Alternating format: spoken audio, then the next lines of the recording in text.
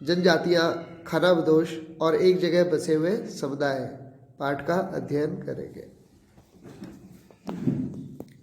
जैसे हमने पिछले अध्यायों में देखा कि किस प्रकार राज्यों का उत्थान और पतन हुआ, यानी कई नए नए राज्य बने, नष्ट भी हुए। बीच में कलाओं जैसे गतिविधियां और पे फरी थी।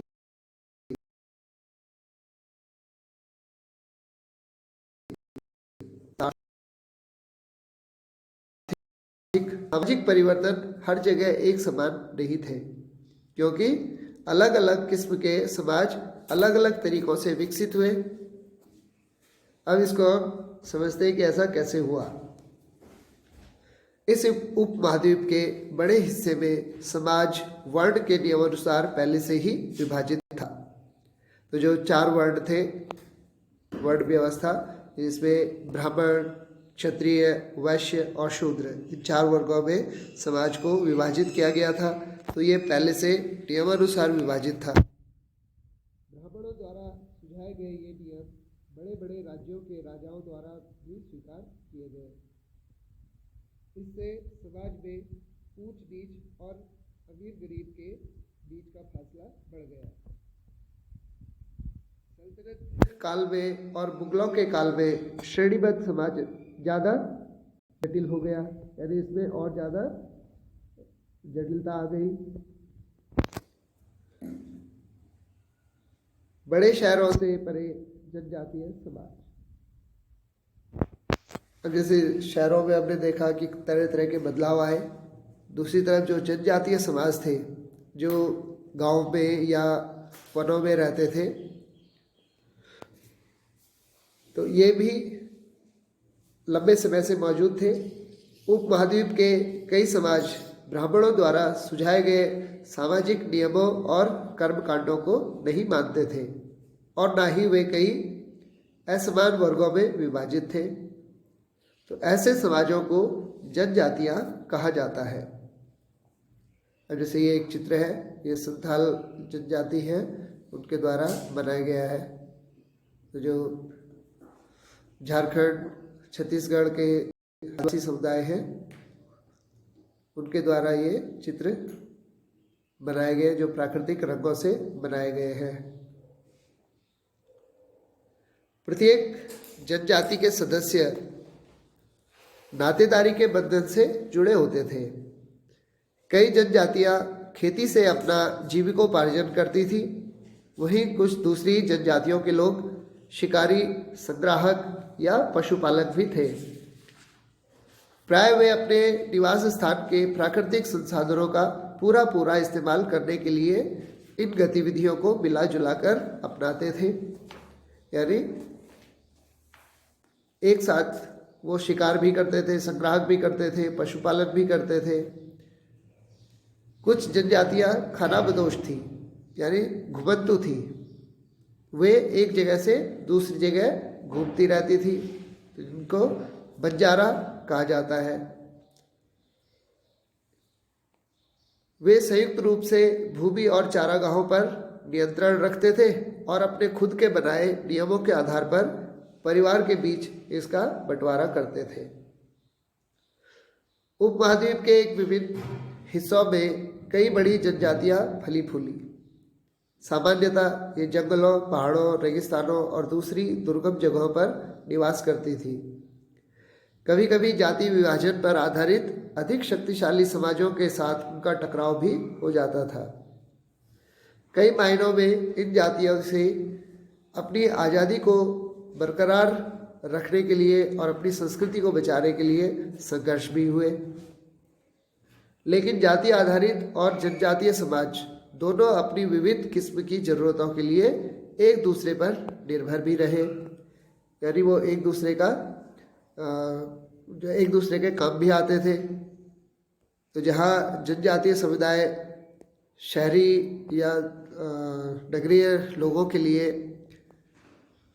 वनों से विभिन्न प्रकार के उत्पाद जैसे शहद, लकड़ी जलाने के लिए या इमारत के लिए, इसी तरह रेजिन जो कलर होते हैं, डाइज होती है, चमड़ा आदि, वो शहरी क्षेत्रों को पहुंचाते थे और शहरी क्षेत्रों से उन्हें आर्थिक सहायता मिलती थी या अनाज आदि मिलते थे। तो इस तरह से वो एक दूसरे पर निर्भर थे। तो टकराव और निर्भरता के इन संबंधों में दोनों तरह के समाजों को धीरे धीरे बदलने का काम भी किया। अब ये जनजातीय लोग कौन थे? तो इतिहासकारों और मुसाफिरों ने जनजातियों के बारे में बहुत कम जानकारी दी है, क्योंकि अधिकतर इतिहासकार और यात्रियों ने शहरी क्षेत्रों, ग्रामीण क्षेत्रों पर ही अपना ध्यान केंद्रित रखा। कुछ अपवादों को छोड़ दें तो जनजातीय लोग भी लिखित दस्तावेज नहीं रखते थे, तो उनका अपना भी कोई लिखित में ऐसा इतिहास नहीं था। उनका इतिहास ओरल था, मौखिक था। तो लोकगीतों और लोक कथाओं के माध्यम से ही हमें उनके इतिहास के बारे में पता चलता है। लेकिन कुछ समृद्ध रीति रिवाजों और वाचिक मौखिक परंपराओं का वे संरक्षण करते थे। ये परंपराएं हर नई पीढ़ी को विरासत में मिलती थी। तो आज के इतिहासकार जनजातियों का इतिहास लिखने के लिए इन वाचिक परंपराओं को इस्तेमाल करने लगे हैं। तो जैसे जैसे समय बीता, इतिहासकारों ने भी इसकी तरफ ध्यान केंद्रित किया और उनके रीति रिवाजों, उनकी परंपराओं को लिपिबद्ध करना शुरू किया। तो जनजातीय लोग भारत के लगभग हर क्षेत्र में पाए जाते हैं। किसी भी एक जनजाति का इलाका और प्रभाव समय के साथ साथ बदलता रहता है। कुछ शक्तिशाली जनजातियों का बड़े इलाकों पर नियंत्रण था। जैसे पंजाब में खोखर जनजाति 13वीं और 14वीं शताब्दी के दौरान बहुत प्रभावशाली थी। यहाँ बाद में गखर लोग ज़्यादा महत्वपूर्ण हो गए। उनके मुखिया कमाल खान गखर को बादशाह अकबर ने मनसबदार बनाया था। मुल्तान और सिंध में मुगलों द्वारा अधीन कर लिए जाने से पहले लंगाह और अर्धुन नाम लोगों का प्रभुत्व अत्यंत विस्तृत क्षेत्र पर था। अब जैसे हम ये मैप देखते हैं तो इसमें हमारे भारतीय उपमहाद्वीप की बहुत सी जनजातियों के बारे में बताया गया है, जैसे बलूची, गखर, खोखर, जंजुहा, लंगाह, अर्धुन, समाज, कोली, जाटवास, भील, काटकीकारीस, बेरात, कोरोगा। तो ऐसे ही बहुत सारी ये जनजातियां हैं जो भारत के अलग अलग क्षेत्रों में पश्चिम से लेके पूरब तक और उत्तर से लेके दक्षिण तक फैली हुई है। तो आज भी मध्य भारत में सबसे अधिक जनजातियां बसी हुई हैं।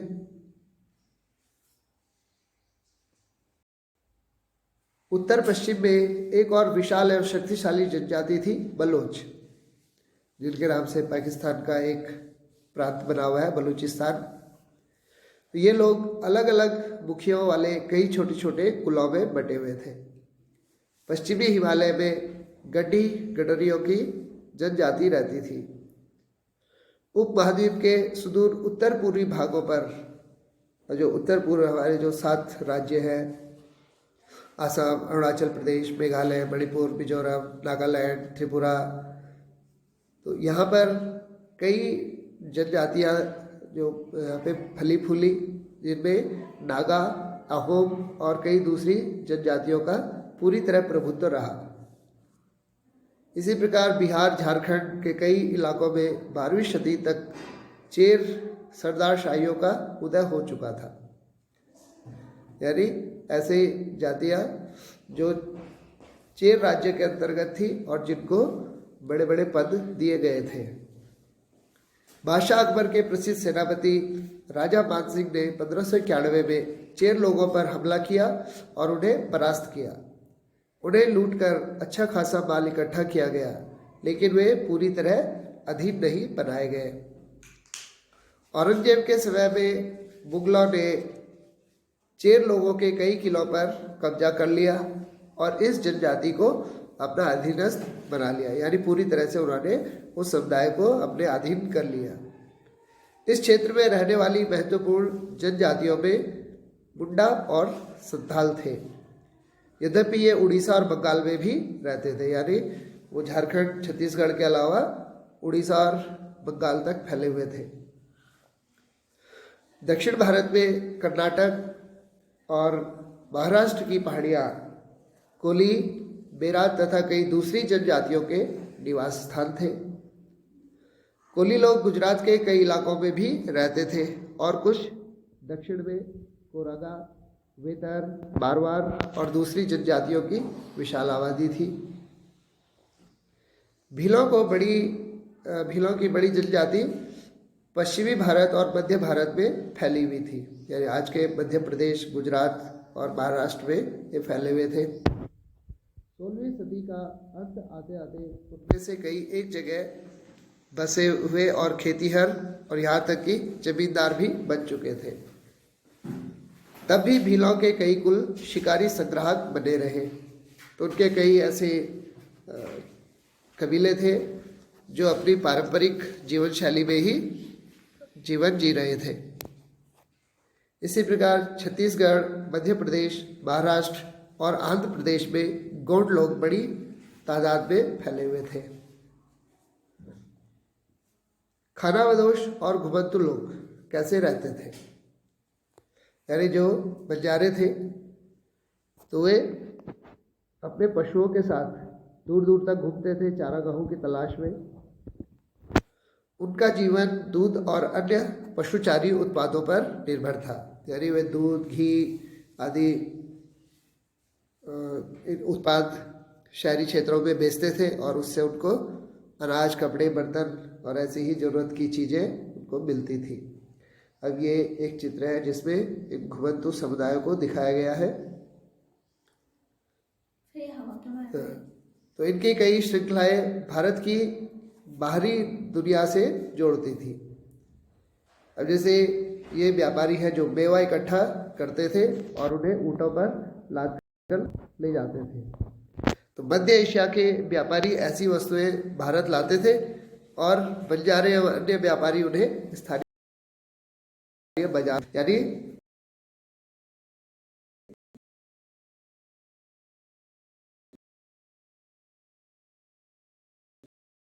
घुमंतु उत्पादों को भी शहरी क्षेत्रों तक या नगरीय क्षेत्रों तक पहुंचाते थे।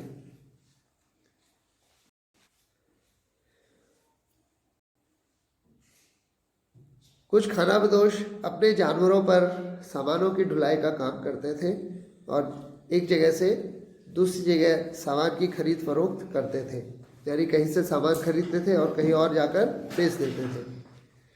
तो बंजारा लोग सबसे महत्वपूर्ण व्यापारी खानाबदोश थे। उनका कारवां टांडा कहलाता था। सुल्तान अलाउद्दीन खिलजी बंजारों का ही इस्तेमाल नगर के बाजारों तक अनाज की ढुलाई के लिए करता था। बादशाह जहांगीर ने अपने संस्मरणों में लिखा है कि बंजारे विभिन्न इलाकों से अपने बैलों पर अनाज ले जाकर शहरों में बेचते थे। सैन्य अभियानों के दौरान वे मुगल सेना के लिए खाद्यान्नों की ढुलाई का काम भी करते थे, यानी जब मुगल सेना किसी सैन्य अभियान पर होती थी तो उनको खाद्यान्न अनाज की सप्लाई करने का काम भी ये बंजारे करते थे।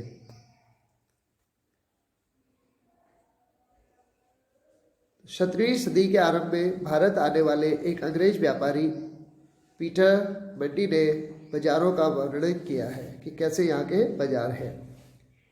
सुबह हमारी मुलाकात बंजारों की एक टांडा से हुई जिसमें 14,000 बैल थे और सारे पशु गेहूं और चावल जैसे अनाजों से लदे हुए थे। ये बंजारे लोग अपनी पूरी घर गृहस्थी, बीवी और बच्चे अपने साथ लेकर चलते हैं। एक टांडा में कई परिवार होते हैं। उनका जीने का तरीका उन भारवाहकों से मिलता जुलता है जो लगातार एक जगह से दूसरी जगह जाते रहते हैं। गाय बैल उनके अपने होते हैं। कई बार वे सौदागर के द्वारा भाड़े पर नियुक्त किए जाते हैं, लेकिन ज़्यादातर वे खुद सौदागर होते हैं। अनाज जहाँ सस्ता उपलब्ध होता है वहाँ से वे खरीदते हैं और उस जगह ले जाते हैं जहाँ वह महंगा है। तो किसी और जगह 6 से 700 तक ज्यादा सफर नहीं करती है।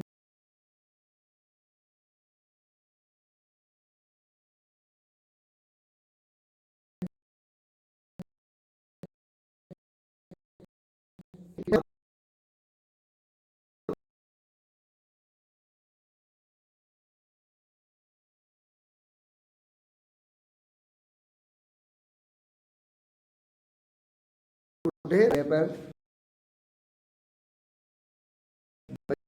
हजारों के लगे रहते हैं, यानी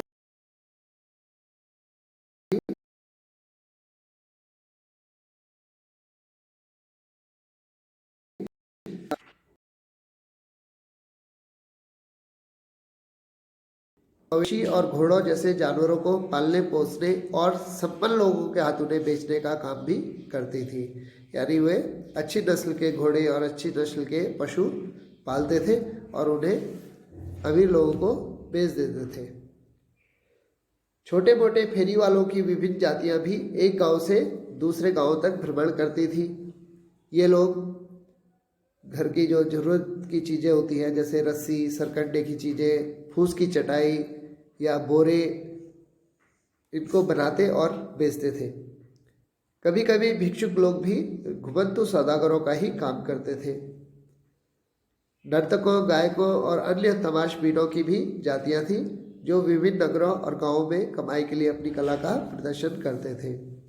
जैसे कई बार हम सड़क पे देखते हैं एक मजमा लगा है जिसमें कोई लड़की एक रस्सी पर चल रही होती है और डांस कर रही होती है, और नीचे उसके साथ में जो लोग रहते हैं वो ढोल बजाते हैं या दूसरी इस तरह की गतिविधियां दिखाते हैं।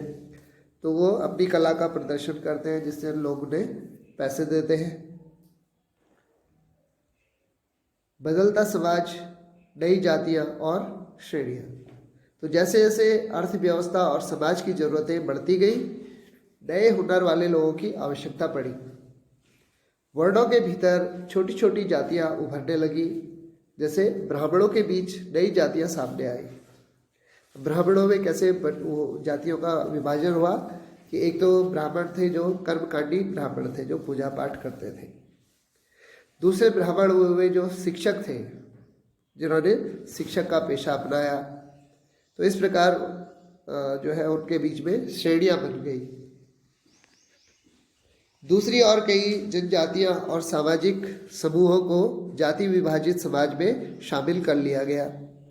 तो कई ऐसी जनजातियां थी जो पहले समाज से बाहर थी, उनको समाज में सम्मिलित कर लिया गया और उन्हें विशेष जातियों का दर्जा दे दिया गया। इसी प्रकार जैसे शिल्पी, सुनार, लोहार, बढ़ई, राजमिस्त्री, तो इनको ब्राह्मणों द्वारा जातियों के रूप में मान्यता दे दी गई। तो वर्ण की बजाय जाति समाज के संगठन का आधार बनी। तो आधुनिक रूप में अगर हम देखें तो आज वर्ण व्यवस्था नहीं है, आज हम जाति व्यवस्था में है।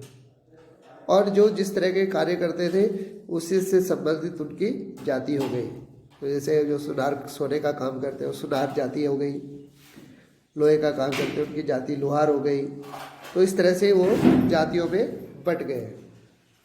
तो ये नई श्रृंखला आई जिससे समाज में छोटी जो समाज के जो छोटे समूह थे वो छोटी छोटी जातियों में विभाजित।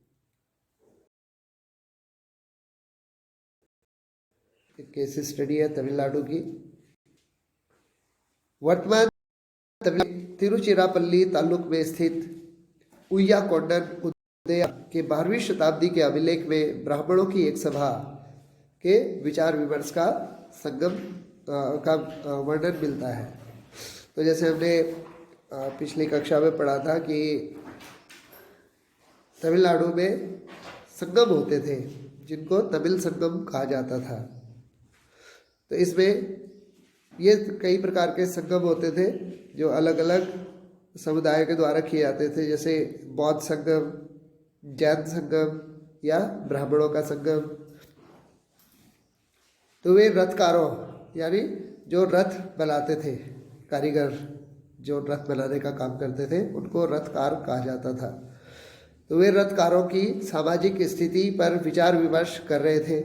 उन्होंने इस जाति के कामकाज तय किए जिनमें वास्तुकला, रथों और गाड़ियों का निर्माण, मंदिर द्वार बनाना, मूर्तियां स्थापित करना, बलि के लिए लकड़ियों से बने साज सामान तैयार करना, मंडप बनाना और राजा के लिए जेवर बनाना शामिल थे। तो यानी पहले जिनसे सिर्फ उनको एक जाति के रूप में रखा गया, रथकार के रूप में रखा गया, वही अब उनसे तरह तरह के कार्य करवाए गए।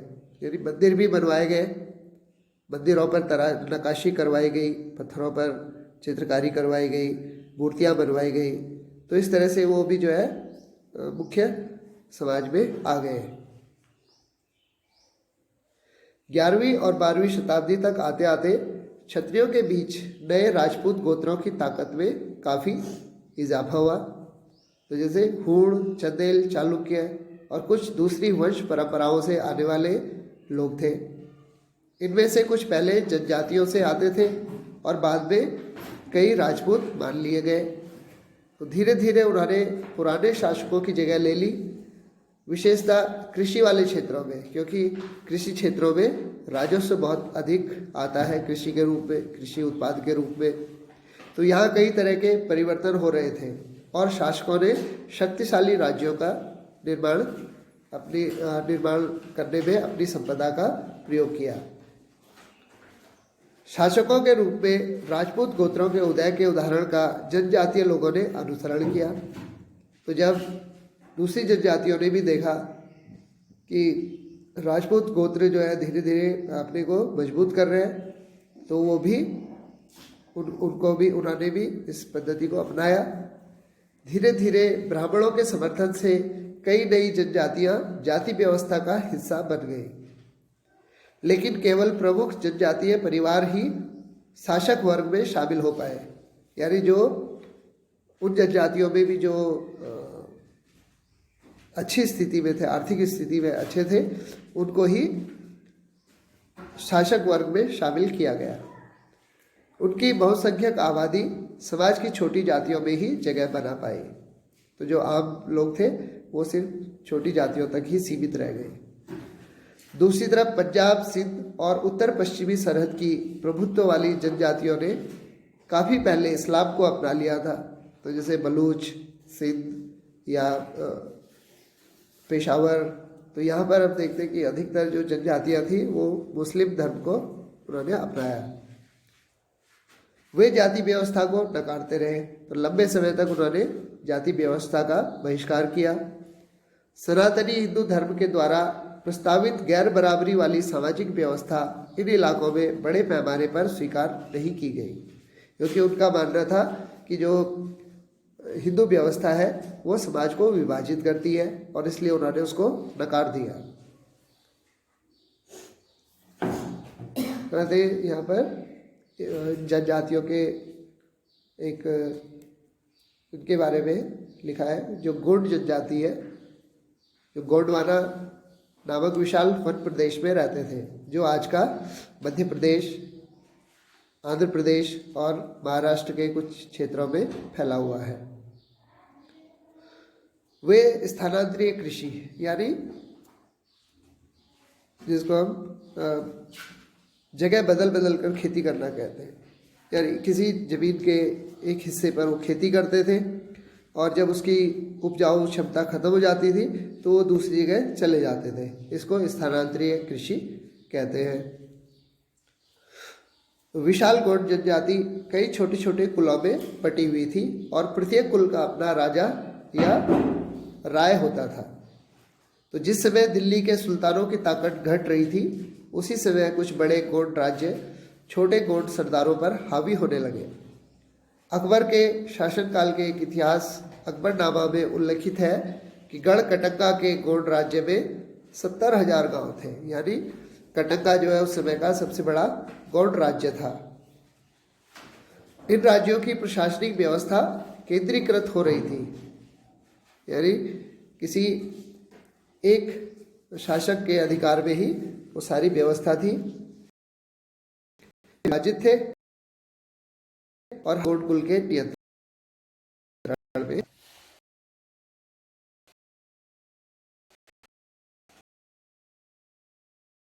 गया था, जिनको 84 कहा जाता था। विभाजन 12 में होता था, जो 12-12 गांवों को मिलाकर बनते थे। यानी उन्होंने शासन व्यवस्था को ऊपर से नीचे तक विभाजित किया था। केंद्र में शासक होता था और उसके अधीन दूसरे सामंत या दूसरे जो सरदार होते थे, उनको दुर्गों को 84 में और 84 को बारहोतों में विभाजित किया गया और बारहोतों में गांव को रखा गया। तो एक बारात में 12-12 गांव मिलाए जाते थे। अब यहाँ पर ये गौड़ समुदाय है, जिसको ये मध्य भारत में इस मैप में दिखा है। अब यहाँ पर का जो ये स्टेट लाइन है, ये उनकी राज्य की सीमा यानी उनके जिले की सीमा को दिखाती है, और जो डॉटेड लाइन है ये उनकी सरकार को दिखाती है। तो ये गोंडवाना का साम्राज्य है, जो इतने विशाल क्षेत्र में फैला हुआ था। तो बड़े राज्यों के उदय ने गौड़ समाज के चरित्र को बदल डाला। उनका मूलतः बराबरी वाला समाज धीरे धीरे असमान सामाजिक वर्गों में विभाजित हो गया। तो जैसे दूसरे समुदाय में विभाजन हुआ, तो गौड़ समुदाय में भी इसी प्रकार से विभाजन हुआ। ब्राह्मण लोगों ने गौड़ राजाओं से अनुदान में भूमि प्राप्त की और अधिक प्रभावशाली बन गए।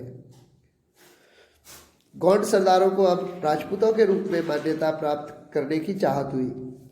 तो धीरे धीरे वो अपने को, अभी तक तो वो जनजातीय साम्राज्य के रूप में थे, लेकिन वो चाहते थे कि राजपूतों के रूप में उनको मान्यता मिले। इसलिए गढ़कटंगा के गौड़ राजा अमन दास ने संग्राम शाह की उपाधि धारण कर ली। तो उसने अपने आप को शाह कहा। उनके पुत्र दलपत ने महोबा के चंदेल राजपूत राजा सालबाहन की पुत्री राजकुमारी दुर्गावती से विवाह किया। दलपत की मृत्यु कम उम्र में हो गई और रानी दुर्गावती बहुत योग्य थी, और उसने अपने 5 साल के पुत्र वीर नारायण के नाम पर शासन की कमान संभाली। उसके समय में राज्य का अधिक विस्तार हुआ। 1565 में आसिफ खान के नेतृत्व में मुगल सेनाओं ने गढ़कटंगा पर हमला किया। तो उस समय दिल्ली पर अकबर का साम्राज्य था। रानी दुर्गावती ने इसका जमकर सामना किया, लेकिन उसकी पराजय हुई और उसने समर्पण करने के बजाय मर जाना बेहतर समझा। उसका पुत्र भी लड़ता हुआ मारा गया। अब यहाँ पर ये चित्र दिया है, जिसमें एक गौड़ दरवाजे पर नक्काशी की हुई है, किस तरह उन्होंने पशुओं के चित्र बनाए हैं, उसको सजाया है। तो ये बस्तर क्षेत्र, जो मध्य प्रदेश का आदिवासी क्षेत्र है, बस्तर, उसका वहाँ से इसको लिया गया है। तो गढ़कटंगा एक समृद्ध राज्य था।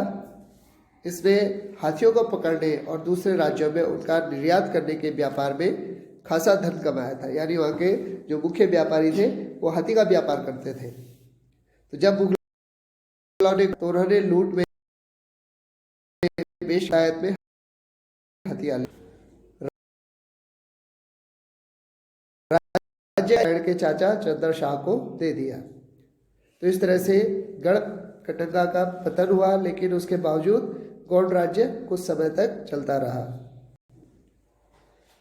इसी तरह पूर्वोत्तर में अहोम जनजाति का शासन था। अहोम लोग मौजूदा म्यांमार से आकर 13वीं शताब्दी में ब्रह्मपुत्र घाटी में बसे थे। उन्होंने भूया या भूस्वामी लोगों की पुरानी राजनीतिक व्यवस्था का दमन करके दौरान उन्होंने चुटियों और कोच हाजों के राज्यों को अपने राज्य में उन्होंने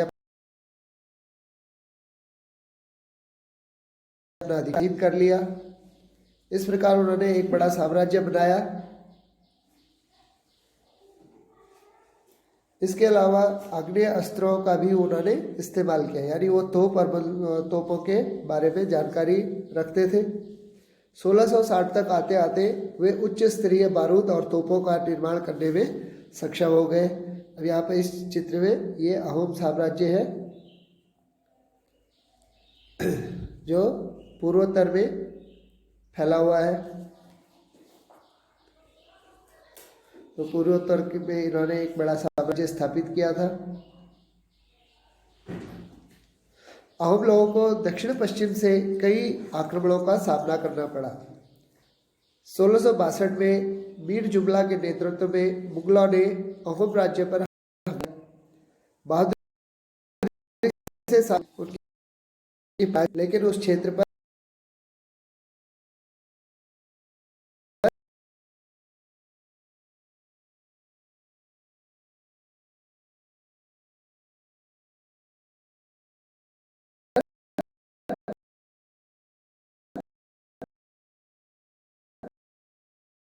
किसी प्रकार की कोई आर्थिक जो है गतिविधि नहीं होती है, यानी काम तो करते हैं लेते हैं। से जब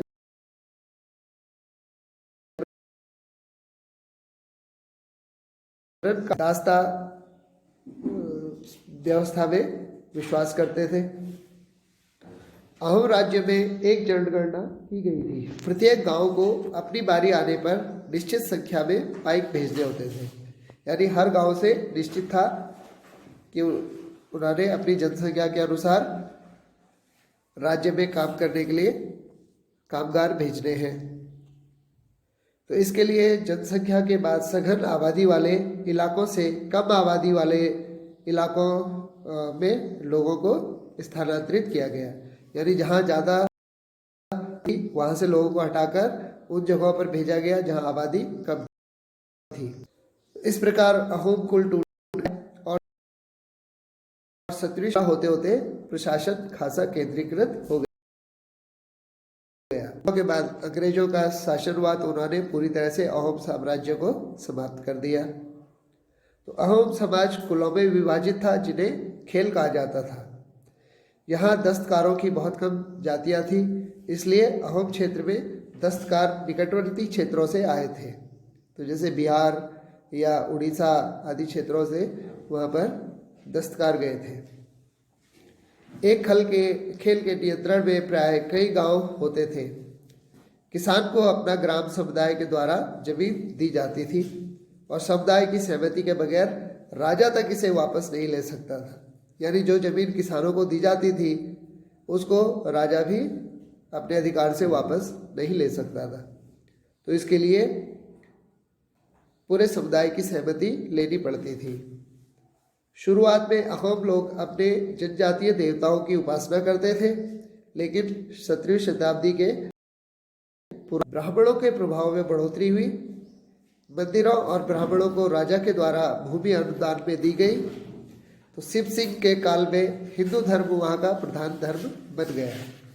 लेकिन अहोम राजाओं ने हिंदू धर्म को अपनाने के बाद अपनी पारंपरिक आस्थाओं को पूरी तरह से नहीं छोड़ा था, यानी वो अपनी जो परंपराएं थी उनको उसी तरह मानते रहे। तो जिस युग की हम चर्चा करते आए हैं, उस युग के दौरान उपमहाद्वीप में काफ़ी सामाजिक परिवर्तन हुए। वर्ण आधारित समाज और जनजातीय लोग एक दूसरे के साथ लगातार संपर्क में आते रहे। इस आदान प्रदान से दोनों तरह के समाजों में अनुकूल बदलाव की प्रक्रिया चली। बहुत सी विभिन्न प्रकार की जनजातियां थीं और उन्होंने विभिन्न प्रकार की जीविकाएं अपनाई। कालांतर में उनमें से कई जाति आधारित समाज में शामिल हो गई, लेकिन कईयों ने जाति व्यवस्था और हिंदू धर्म दोनों को ही नकार दिया। तो इस प्रकार हम देखते हैं कि कई जनजातियां राजनीतिक रूप से ताकतवर हो गई और उन्होंने बेहतर और अधिक जटिल राज्यों और साम्राज्यों के साथ संघर्ष की स्थिति में आ खड़े हुए। इसी तरह एक है मंगोल। तो मंगोल मुख्य रूप से मंगोलिया से जुड़े हुए हैं। तो सबसे प्रसिद्ध पशुचारी और शिकारी संग्राहक जनजाति मंगोलों की ही है। वे मध्य एशिया के घास के मैदानों और उत्तर की ओर के वन प्रांतों में बसे हुए थे।